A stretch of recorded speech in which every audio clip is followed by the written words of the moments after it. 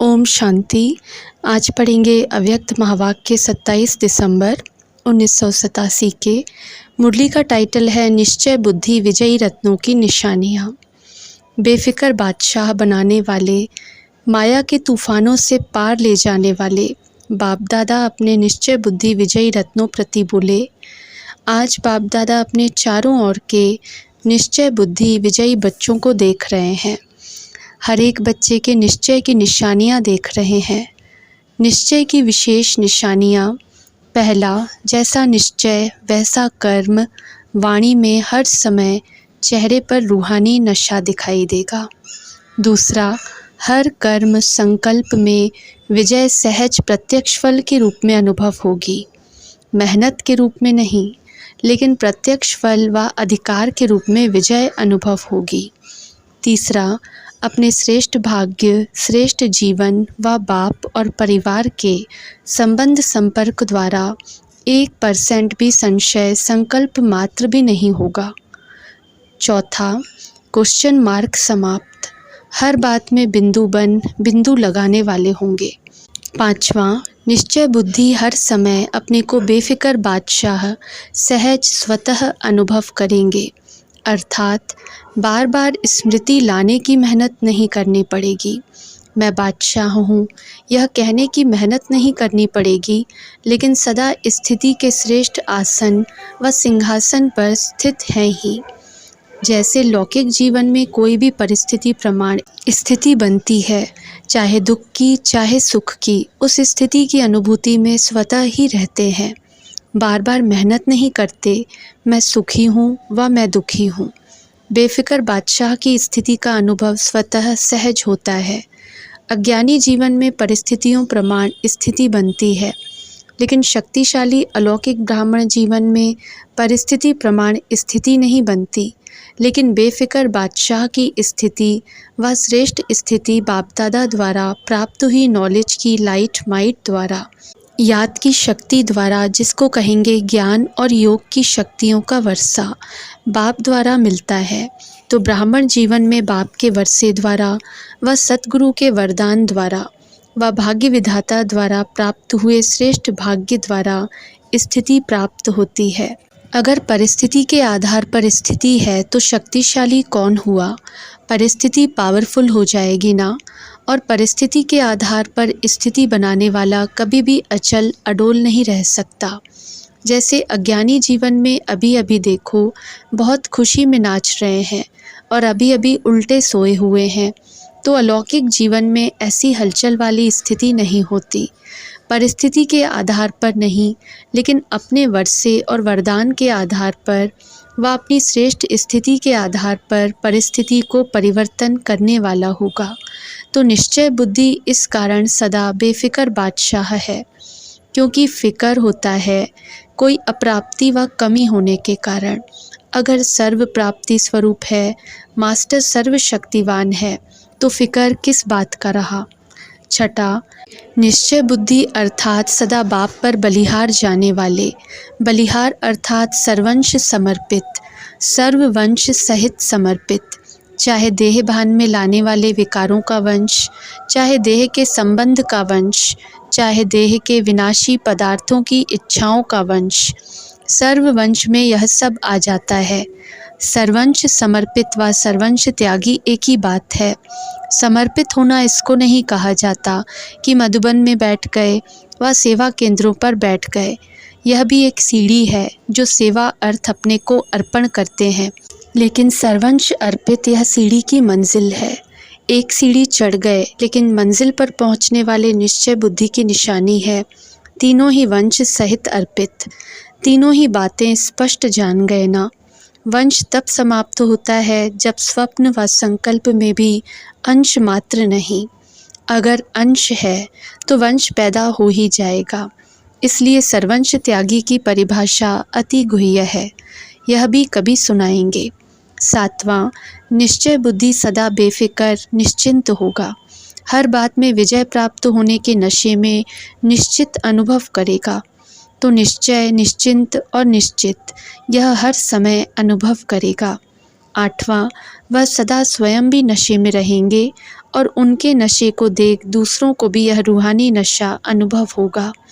औरों को भी रूहानी नशे में बाप की मदद से स्वयं की स्थिति से अनुभव कराएगा। निश्चय बुद्धि की व रूहानी नशे में रहने वाले के जीवन की विशेषताएं क्या होंगी? पहली बात, जितना ही श्रेष्ठ नशा उतना ही निमित्त भाव हर जीवन के चरित्र में होगा। निमित्त भाव की विशेषता के कारण निर्माण बुद्धि, बुद्धि पर ध्यान देना। जितनी निर्माण बुद्धि होगी उतनी निर्माण, नव निर्माण कहते हो ना, तो नव निर्माण करने वाली बुद्धि होगी तो निर्माण भी होंगे, निर्माण भी होंगे। जहाँ यह विशेषताएं हैं उसको ही कहा जाता है निश्चय बुद्धि विजयी। निमित्त, निर्माण और निर्माण। निश्चय बुद्धि की भाषा क्या होगी? निश्चय बुद्धि की भाषा में सदा मधुरता तो कॉमन बात है, लेकिन उदारता होगी। उदारता का अर्थ है सर्व आत्माओं के प्रति आगे बढ़ाने की उदारता होगी। पहले आप, मैं नहीं। उदारता अर्थात दूसरे को आगे रखना। जैसे ब्रह्मा बाप ने सदैव पहले जगदम्बा व बच्चों को रखा। मेरे से भी तीखी जगदम्बा है, मेरे से भी तीखे यह बच्चे हैं। यह उदारता की भाषा है। और जहाँ उदारता है, स्वयं के प्रति आगे रहने की इच्छा नहीं है, वहाँ ड्रामा अनुसार स्वतः ही मन इच्छित फल प्राप्त हो ही जाता है।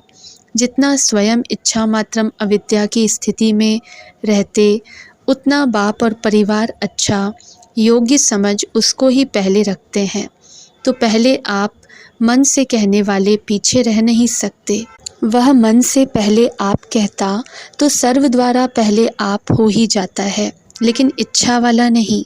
तो निश्चय बुद्धि की भाषा सदा उदारता वाली भाषा, संतुष्टता की भाषा, सर्व के कल्याण की भाषा। ऐसी भाषा वाले को कहेंगे निश्चय बुद्धि विजयी। निश्चय बुद्धि तो सभी हो ना, क्योंकि निश्चय ही फाउंडेशन है।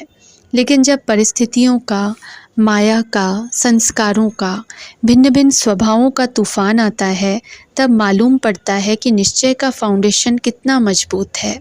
जैसे इस पुरानी दुनिया में भिन्न भिन्न प्रकार के तूफान आते हैं ना, कभी वायु का, कभी समुद्र का, ऐसे यहाँ भी भिन्न भिन्न प्रकार के तूफान आते हैं।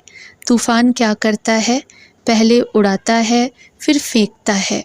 तो यह तूफान भी पहले तो अपनी तरफ मौज में उड़ाते हैं, अल्पकाल के नशे में ऊंचे ले जाते हैं, क्योंकि माया भी जान गई है कि बिना प्राप्ति यह मेरी तरफ होने वाले नहीं हैं।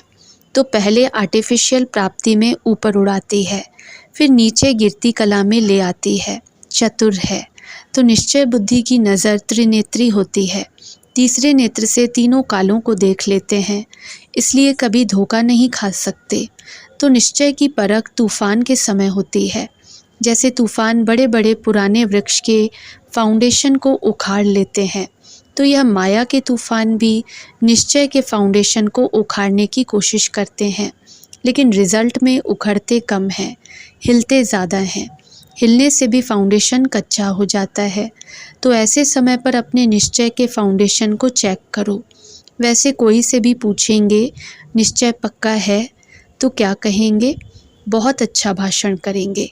अच्छा भी है निश्चय में रहना, लेकिन समय पर अगर निश्चय हिलता भी है तो निश्चय का हिलना अर्थात जन्म जन्म की प्रारब्ध से हिलना। इसलिए तूफानों के समय चेक करो, कोई हद का मान शान न दे व व्यर्थ संकल्पों के रूप में माया का तूफान आए। जो चाहना रखते हो वह चाहना अर्थात इच्छा पूर्ण न हो। ऐसे टाइम पर जो निश्चय है कि मैं समर्थ बाप की समर्थ आत्मा हूँ, वह याद रहता है, वह व्यर्थ समर्थ के ऊपर विजयी हो जाता है। अगर व्यर्थ विजय प्राप्त कर लेता है तो निश्चय का फाउंडेशन हिलेगा ना। समर्थ के बजाय अपने को कमज़ोर आत्मा अनुभव करेगा, दिल शिकस्त हो जाएंगे। इसलिए कहते हैं कि तूफ़ान के समय चेक करो। हद का मान शान, मैंपन रूहानी शान से नीचे ले आता है। हद की कोई भी इच्छा मात्रम अविद्या के निश्चय से नीचे ले आते हैं। तो निश्चय का अर्थ यह नहीं है कि मैं शरीर नहीं, मैं आत्मा हूँ। लेकिन कौन सी आत्मा हूँ? वह नशा, वह स्वमान समय पर अनुभव हो, इसको कहते हैं निश्चय बुद्धि विजयी। कोई पेपर है ही नहीं और कहें मैं तो पास विद ऑनर हो गया, तो कोई उसको मानेगा? सर्टिफिकेट चाहिए ना, कितना भी कोई पास हो जाए, डिग्री ले लेवे, लेकिन जब तक सर्टिफिकेट नहीं मिलता है तो वैल्यू नहीं होती। पेपर के समय पेपर दे, पास हो, सर्टिफिकेट ले, बाप से, परिवार से, तब उसको कहेंगे निश्चय बुद्धि विजयी। समझा? तो फाउंडेशन को भी चेक करते रहो। निश्चय बुद्धि की विशेषता सुनी ना? जैसा समय वैसे रूहानी नशा जीवन में दिखाई दे। सिर्फ अपना मन खुश न हो, लेकिन लोग भी खुश हों। सभी अनुभव करें कि हाँ, यह नशे में रहने वाली आत्मा है। सिर्फ मन पसंद नहीं, लेकिन लोग पसंद, बाप पसंद। इसको कहते हैं विजयी। अच्छा, सर्व निश्चय बुद्धि विजयी रत्नों को, सर्व निश्चिंत बेफिक्र बच्चों को, सर्वनिश्चित विजय के नशे में रहने वाले रूहानी आत्माओं को, सर्व तूफानों को पार कर तोहफा अनुभव करने वाले विशेष आत्माओं को, सदा अचल अडोल एकरस स्थिति में स्थित रहने वाले निश्चय बुद्धि बच्चों को बाप दादा का याद प्यार और नमस्ते। अच्छा, ओम शांति।